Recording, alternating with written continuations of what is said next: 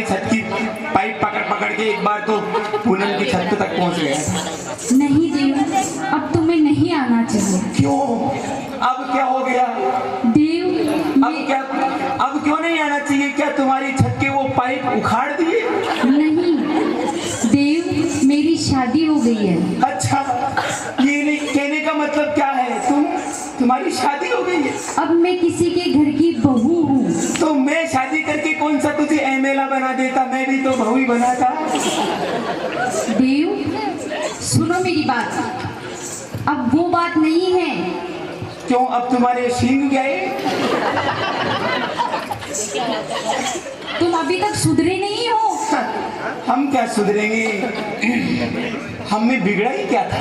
खास तुमने मेरी बात मान ली होती। कौन सी बात नहीं मानी? अरे काश तुम मेरी बात मान जाती, उस मोटे हलवाई से शादी ना करती।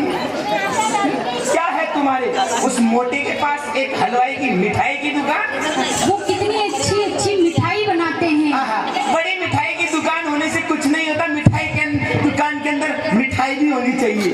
और रही बात तुम्हारे उसकी, क्या नाम है उसका? क्या नाम तेरे हलवाई का?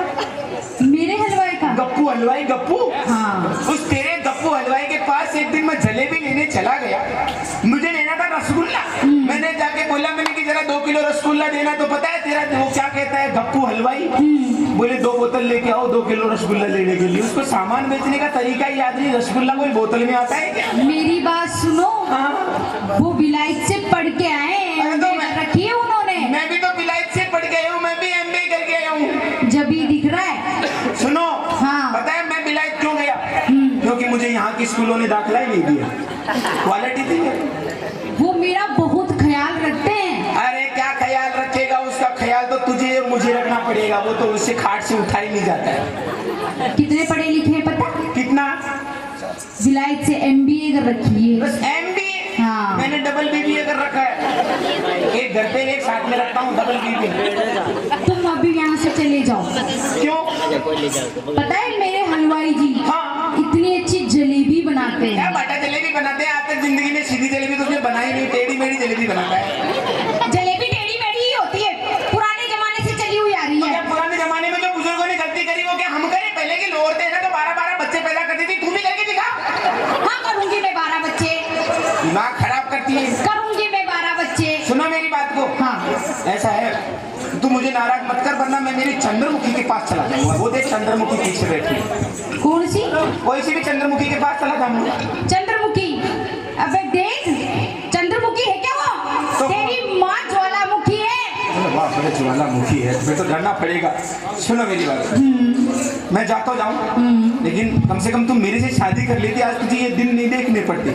तेरा वो पति बुढ़ाओ, उसको उठाया नहीं जाता, उसको 4 आदमी तो उठाने के लिए चाहिए। शादी करके बड़ी खुश है।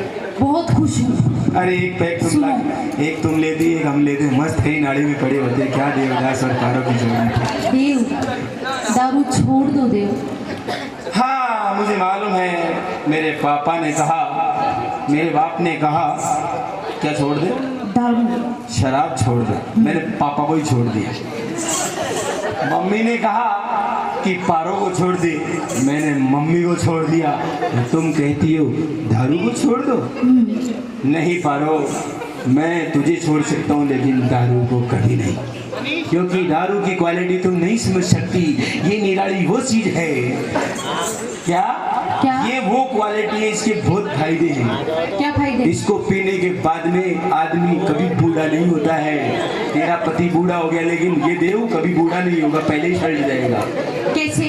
क्योंकि इंसान को बूढ़ापा आता ही नहीं है, पहले ही जवानी में फेफड़े खराब हो जाते हैं, लीवर टेंशन फिनिश पहुंच जाता है ऊपर वाले के पास।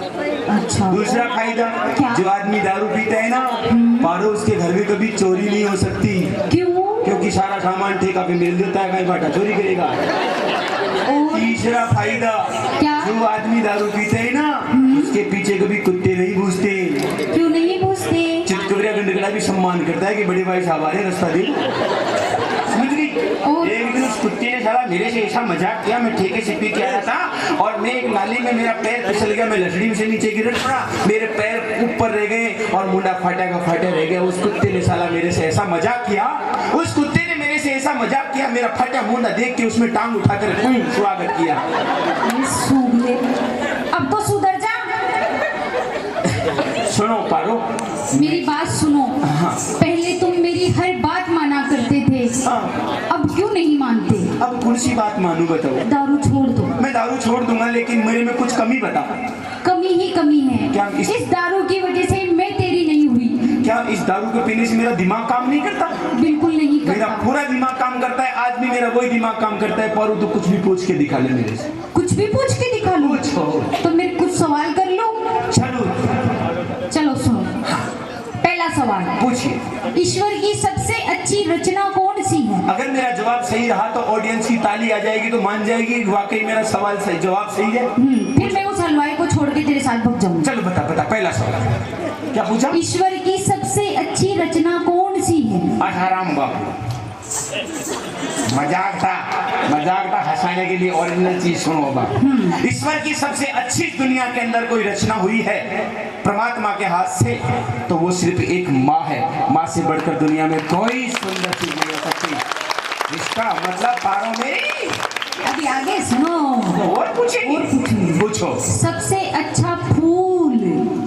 हाँ खड़ा को। वैसे देखो हर तरह के फूल होते हैं, लोग हर तरह के फूलों को पसंद करते हैं। कोई गुलाब का फूल, कोई गेंदा का फूल, कोई चमेली का फूल। लेकिन कहते हैं, बुजुर्गों ने लिखा है और मैंने भी पढ़ा है कि कपास के जैसा सुंदर फूल दुनिया में नहीं होता। कपास का फूल कभी मुरझाता नहीं, वो सदाबहार फूल रहता है। इसलिए से सबसे श्रेष्ठ फूल कपास का होता है। सबसे अच्छी खुशबू? सुगंध। आहा, पूछो ही मतलब हंसने के लिए बोल देता हूँ, दूसरे के पाद से बढ़कर कोई खुशबू ही नहीं सकती। ये मजाक की बात थी।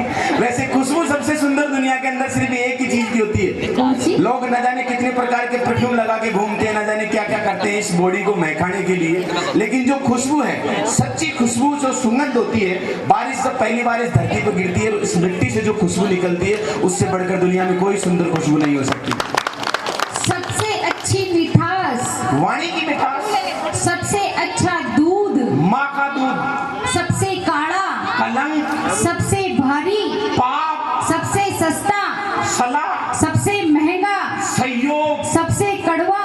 सच पारो, जो मैं बोल रहा हूँ। सच तू नहीं बोलता। क्यों? मैंने क्या किया? झूठ ही झूठ बोल रहा है। पारो, मैं अब ऊपर जा रहा हूँ, तू जा। क्योंकि ऊपर नीचे पारो है, ऊपर पूनम का मकान है। मैं तेरे को छोड़ के ऊपर जा रहा हूँ। कौन सी पूनम? ऊपर? कौन सी पूनम? अब मुझे पता नहीं है, गड़बड़ नहीं। ऊपर का मतलब समझती है? पूनम का मतलब है वो परमात्मा, उसमें ही मुझे लीन होना है। और अगर वो परमात्मा मुझे साथ देगा तो अगले जन्म में फिर मिलेंगे। तब तक के लिए गुड बाय, बाय बाय, नमस्कार। कैसा रहा नजारा? अगर अच्छा लगा तो एक बार तालियों से मुलाकात होनी चाहिए। Thank you.